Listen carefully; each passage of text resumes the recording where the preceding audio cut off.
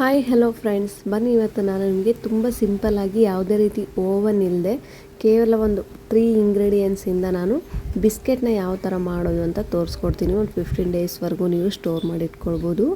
ಮೊದಲಿಗೆ ಒಂದು ಪ್ಲೇಟ್ಗೆ ನಾನು 1 ಕಪ್ ಆಗುವಷ್ಟು ಅಂದರೆ 1 ಬೌಲ್ ಆಗುವಷ್ಟು ನಾನು ಚಿರೋಟಿ ರವೆನ ತೊಗೊಂಡಿದ್ದೀನಿ, ಸಣ್ಣ ರವೆ. 2 ಸ್ಪೂನ್ ಆಗುವಷ್ಟು ಸಕ್ಕರೆ ತೊಗೊಂಡಿದ್ದೀನಿ ಹಾಗೂ 4 ಸ್ಪೂನ್ ಆಗುವಷ್ಟು ಮೈದಾ ಹಿಟ್ಟನ್ನು ತೊಗೊಂಡಿದ್ದೀನಿ.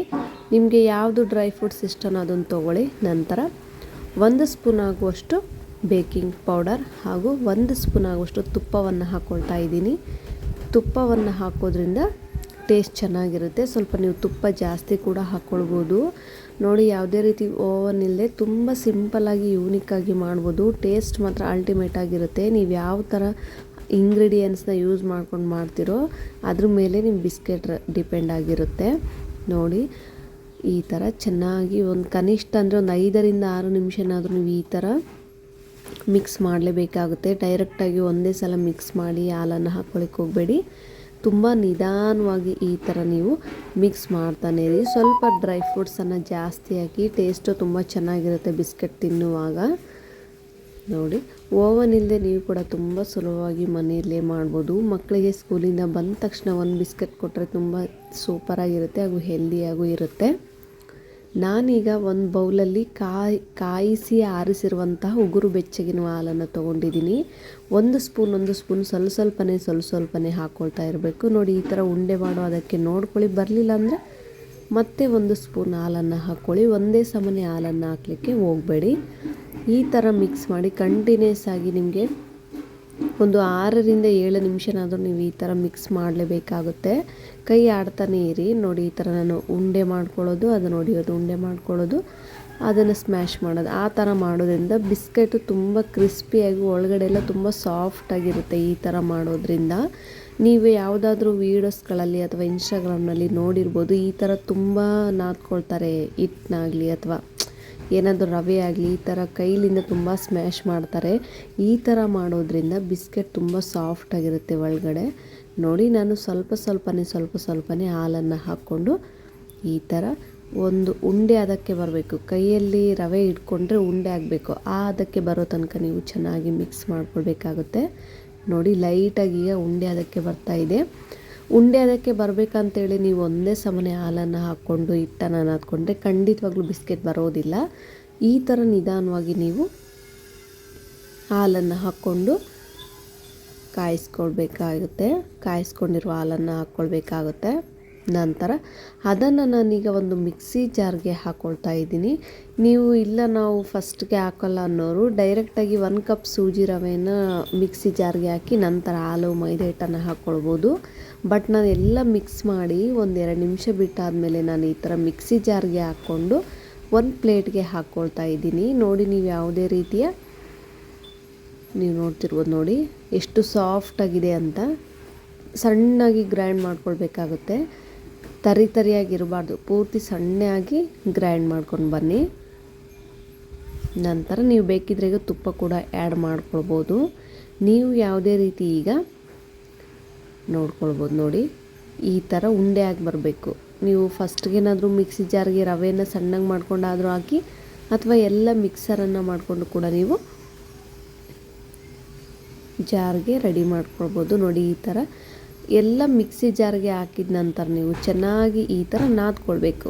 ನೀವು ಈಗ ಮೈದಾ ಹಿಟ್ಟಿಂದಾಗಿರ್ಬೋದು ಅಥವಾ ಗೋಧಿ ಹಿಟ್ಟನ್ನು ಯಾವ ಥರ ನಾದ್ಕೊಳ್ತೀರೋ 1-2 ನಿಮಿಷ ಅಷ್ಟೇ ನಾದ್ಕೊಳ್ಬೇಕು. ನಿಮಗೆ ಸ್ವಲ್ಪ ಏನಾದರೂ ಉಂಡೆ ಮಾಡಲಿಕ್ಕೆ ಬರಲಿಲ್ಲ ಅಂದರೆ 2 ಸ್ಪೂನ್ ತುಪ್ಪನೋ ಅಥವಾ ಹಾಲನ್ನು ಹಾಕ್ಕೊಂಡು ಈ ಥರ ಉಂಡೆ ಬರೋ ಥರ ಮಾಡ್ಕೊಳ್ಳಿ. ನೋಡಿ ಎಷ್ಟು ಸಾಫ್ಟಾಗಿದೆ ಅಂತ. ಜಾಸ್ತಿ ಹಾಲನ್ನು ಹಾಕಲಿಕ್ಕೆ ಹೋಗಬೇಡಿ. ನೋಡಿ, ಈ ಥರ ಉಂಡೆ ಅದಕ್ಕೆ ಬರಬೇಕು. ಉಂಡೆ ಅದಕ್ಕೆ ಬರೋ ತನಕ ನೀವು ಚೆನ್ನಾಗಿ ನಾದ್ಕೊಳ್ಬೇಕು. ಈಗ ನಾನು 15ರಿಂದ 20 ನಿಮಿಷಗಳ ಕಾಲ ಅದನ್ನು ನೆನೆಯಲಿಕ್ಕೆ ಇಡ್ತಾ ಇದ್ದೀನಿ. ಈಗ ಅದನ್ನು ಸೈಡಲ್ಲಿಡಿ. ಈಗ ನಾನು ಒಂದು ಪ್ಲೇಟ್ಗೆ ಡ್ರೈ ಫ್ರೂಟ್ಸನ್ನು ಹಾಕ್ಕೊಳ್ತಾ ಇದ್ದೀನಿ. ಮನೇಲಿಲ್ಲ ಡ್ರೈ ಫ್ರೂಟ್ಸ್ ಅನ್ನೋರು ಕೇವಲ ಯಾವುದಾದ್ರೂ ಒಂದು ಡ್ರೈ ಫ್ರೂಟ್ನ ತೊಗೊಳ್ಬೋದು. ಬಟ್ ನಾನು ಮಿಕ್ಸ್ ಮಾಡೋದ್ರಿಂದ ಸ್ವಲ್ಪ ಮಕ್ಕಳಿಗೆ ತಿನ್ನುವಾಗ ಚೆನ್ನಾಗಿರುತ್ತೆ, ಇಂಟ್ರೆಸ್ಟ್ ಕೂಡ ಬರುತ್ತೆ ಅವರಿಗೆ ಡ್ರೈ ಫ್ರೂಟ್ಸ್ ಜಾಸ್ತಿ ಇದ್ದರೆ. ಸೊ ಹಾಗಾಗಿ ನಾನು ಬಾದಾಮಿ, ಗೋಡಂಬಿ ಹಾಗೂ ಪಿಸ್ತಾನ ತೊಗೊಂಡಿದ್ದೀನಿ. ಚೆನ್ನಾಗಿ ನಿಮಗೆ ಯಾವ ಶೇಪಲ್ಲಿ ಬೇಕು ನೀವು ಆ ಶೇಪಲ್ಲಿ ಕಟ್ ಮಾಡ್ಕೊಳ್ಬೋದು. ತೀರಾ ದಪ್ಪವಾಗಿ ಕಟ್ ಮಾಡ್ಕೊಳ್ಬೇಡಿ.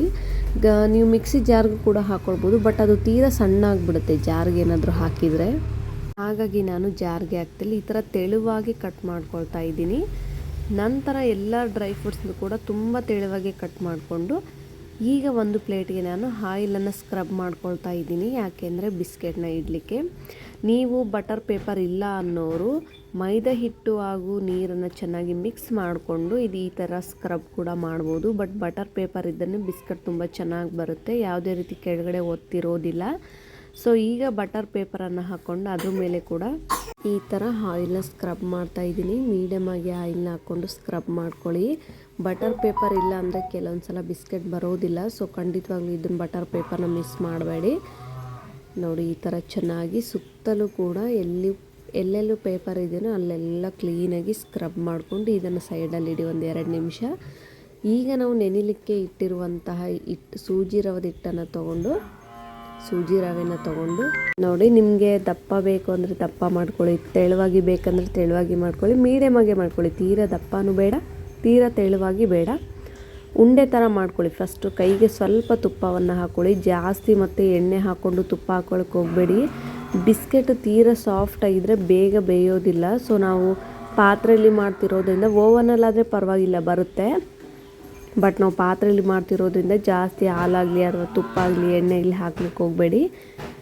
ನೋಡಿ ಈ ಥರ ಒಂದೇ ಸೈಜ್ ಬಾಲ್ಸ್ ಆಗಿರಬೇಕು. ಈ ಥರ ನಿಮಗೇನಾದರೂ ಕ್ರ್ಯಾಕ್ಸ್ ಏನಾದರೂ ಬರ್ತಿದ್ರೆ ಚೆನ್ನಾಗಿ ಉಂಡೆ ಮಾಡ್ಕೊಳ್ಳಿ. ಉಂಡೆ ಚೆನ್ನಾಗಿ ನೀವು ಎಷ್ಟು ಚೆನ್ನಾಗಿ ಉಂಡೆ ಮಾಡಬೇಕಾದ್ರೆ ನಾದ್ಕೊಳ್ತಿರೋ ಕ್ರ್ಯಾಕ್ಸ್ ಅಷ್ಟು ಬರೋದಿಲ್ಲ. ನಿಮಗೇನಾದರೂ ಕ್ರ್ಯಾಕ್ಸ್ ಬಂದರೆ ಈ ಥರ ಸುತ್ತಲೂ ಶೇಪ್ ಮಾಡ್ಕೊಳ್ಳಿ. ನೋಡಿ ಈ ಥರ ಶೇಪ್ ಮಾಡೋದ್ರಿಂದ ಕ್ರ್ಯಾಕ್ಸ್ ರೆಡಿ ಆಗೋದಿಲ್ಲ. ನೀವೇನಾದರೂ ಮಿಸ್ಟೇಕ್ ಮಾಡಿದರೆ ಮಾತ್ರ ನಿಮಗೆ ಕ್ರ್ಯಾಕ್ಸ್ ರೆಡಿ ಆಗುತ್ತೆ. ಈ ಥರ ಮಾಡ್ಕೊಂಬಿಡಿ. ನಾದ್ಕೊಳ್ಳುವಾಗಲೇ ಚೆನ್ನಾಗಿ ನಾದ್ಕೊಳ್ಳಿ, ಜಾಸ್ತಿ ಹೊತ್ತು ಬಿಡಬೇಡಿ. ನೋಡಿ ಬೇಗ ಈ ಥರ ಎಲ್ಲನೂ ರೌಂಡ್ ಶೇಪಲ್ಲಿ ಮಾಡ್ಕೊಂಡು ಇಟ್ಕೊಳ್ಳಿ. ನಂತರ ನಾನು ಕಟ್ ಮಾಡಿ ಇಟ್ಕೊಂಡಿರುವಂಥ ಡ್ರೈ ಫ್ರೂಟ್ಸ್ಗೆ ಚೆನ್ನಾಗಿ ಸ್ಕ್ರಬ್ ಮಾಡಬೇಕಂದ್ರೆ ಪ್ರೆಸ್ ಮಾಡಬೇಕು. ಅದನ್ನು ಸೂಜಿ ರವೆನ ತೊಗೊಂಡು ರೌಂಡ್ ಶೇಪ್ ಏನಿದೆಯಲ್ಲ ಬಿಸ್ಕೆಟ್ ಅದನ್ನು ತೊಗೊಂಡು ಚೆನ್ನಾಗಿ ಪ್ರೆಸ್ ಮಾಡಿದರೆ ಡ್ರೈ ಫ್ರೂಟ್ಸ್ ಅದಕ್ಕೆ ಎಷ್ಟು ಬೇಕೋ ಅಷ್ಟು ತೊಗೊಳುತ್ತೆ. ನಿಮಗೆ ಜಾಸ್ತಿ ಬೇಕಾದರೂ ನೀವು ಕೈಲಿಂದನಾದರೂ ಅದ್ರ ಒಳಗಡೆ ಪ್ರೆಸ್ ಮಾಡ್ಬೋದು. ಬಟ್ ಆ ಥರ ಮಾಡೋದ್ರಿಂದ ಕ್ರ್ಯಾಕ್ಸ್ ಎಲ್ಲ ರೆಡಿ ಆಗಿಬಿಡುತ್ತೆ. ಸೊ ಈ ಥರ ಮಾಡೋದ್ರಿಂದ ಕ್ರ್ಯಾಕ್ಸ್ ಬರೋದಿಲ್ಲ. ಸ್ವಲ್ಪ ಪ್ರೆಸ್ ಮಾಡಿದರೆ ಸಾಕು, ಅದಕ್ಕೆ ಎಷ್ಟು ಬೇಕಷ್ಟು ಡ್ರೈ ಫ್ರೂಟ್ಸ್ ಹತ್ತುತ್ತೆ. ಮೇಲೆ ಬೇಕಾದರೂ ಕೂಡ ನೀವು ಹಾಕ್ಕೊಳ್ಬೋದು. ನೋಡಿ ಒಂದೊಂದಾಗಿ ನಾನು ಈ ಥರ ಡ್ರೈ ಫ್ರೂಟ್ಸ್ನ ಅದ್ದಿ ಒಂದು ಪ್ಲೇಟ್ಗೆ, ಅಂದರೆ ಡೈರೆಕ್ಟಾಗಿ ನಾವೇನು ರೆಡಿ ಮಾಡಿರ್ತೀವಲ್ವ ಬಟರ್ ಪೇಪರ್ಗೆ, ಆ ಬಟರ್ ಪೇಪರ್ ಮೇಲೆ ಇದನ್ನು ಇಡಬೇಕಾಗುತ್ತೆ. ಖಂಡಿತವಾಗ್ಲೂ ನೀವು ಮನೆಯಲ್ಲಿ ಒಂದು ಸಲ ಟ್ರೈ ಮಾಡಿ ನೋಡಿ, ಸೂಪರಾಗಿರುತ್ತೆ. ನಾನು ಮೇಲೆ ಅಲ್ಲೊಂದು ಪಿಸ್ತಾನ ಹಾಕ್ಕೊಂಡಿದ್ದೀನಿ ಅಷ್ಟೇ. ಪಿಸ್ತಾ ಕೂಡ ಸ್ವಲ್ಪ ದಪ್ಪದಾಗಿ ಮಾಡ್ಕೊಂಡಿದ್ದೀನಿ. ಈಗ ನಾನು ಒಂದು ಪಾತ್ರೆಗೆ, ಅಂದರೆ ಒಂದು ಕಡಾಯಿಗೆ ಒಂದು ಸ್ಟೀಲ್ ಐಟಮ್ನ ಇಟ್ಟಿದ್ದೀನಿ. ಅಂದರೆ ಗ್ಯಾಸ್ ಮೇಲೆ ಇಡ್ತೀವಲ್ವ ಸ್ಟೀಲ್, ಅದನ್ನು ತೊಗೊಂಡು ಇಟ್ಟಿದ್ದೀನಿ. 5 ನಿಮಿಷ ಆದಮೇಲೆ ನೀವು ಫಸ್ಟು ಸ್ಟೀಲೇ ಇಡಿ ಕಡಾಯಿ ಮೇಲೆ. ಸ್ಟೀಲ್ ಇಟ್ಟು 5 ನಿಮಿಷ ಕಾಯಿಸಬೇಕು. ನಂತರ ರೆಡಿ ಮಾಡಿ ಇಟ್ಕೊಂಡಿರುವಂಥ ಬಿಸ್ಕೆಟನ್ನು ಇಟ್ಟು 40ರಿಂದ 45 ನಿಮಿಷ ತನಕನೂ ಈ ಥರ ಲಿಡ್ ಕ್ಲೋಸ್ ಮಾಡಿದರೆ ನೋಡಿ ಬಿಸ್ಕೆಟ್ ಆಲ್ರೆಡಿ ರೆಡಿಯಾಗಿರೋದನ್ನು ನಿಮ್ಗೆ ಹೇಗೆ ಗೊತ್ತಾಗಬೇಕು ಅಂದರೆ, ನೋಡಿ ಈ ಥರ ಕೆಳಗಡೆ ಎಲ್ಲ ತುಂಬ ಕ್ರಿಸ್ಪಿಯಾಗಿ ರೆಡಿಯಾಗಿರುತ್ತೆ. ನೋಡಿ ಡ್ರೈ ಫ್ರೂಟ್ಸ್ ಕೂಡ ಹಾಗೆ ರೆಡಿಯಾಗಿದೆ. 40ರಿಂದ 45 ನಿಮಿಷಗಳ ಕಾಲ ನಂತರ ನೀವು ನೋಡಿ ಮೇಲೆ ಸ್ವಲ್ಪ ಸಕ್ಕರೆಯನ್ನು ಹಾಕ್ಕೊಂಡಿದ್ದೀನಿ.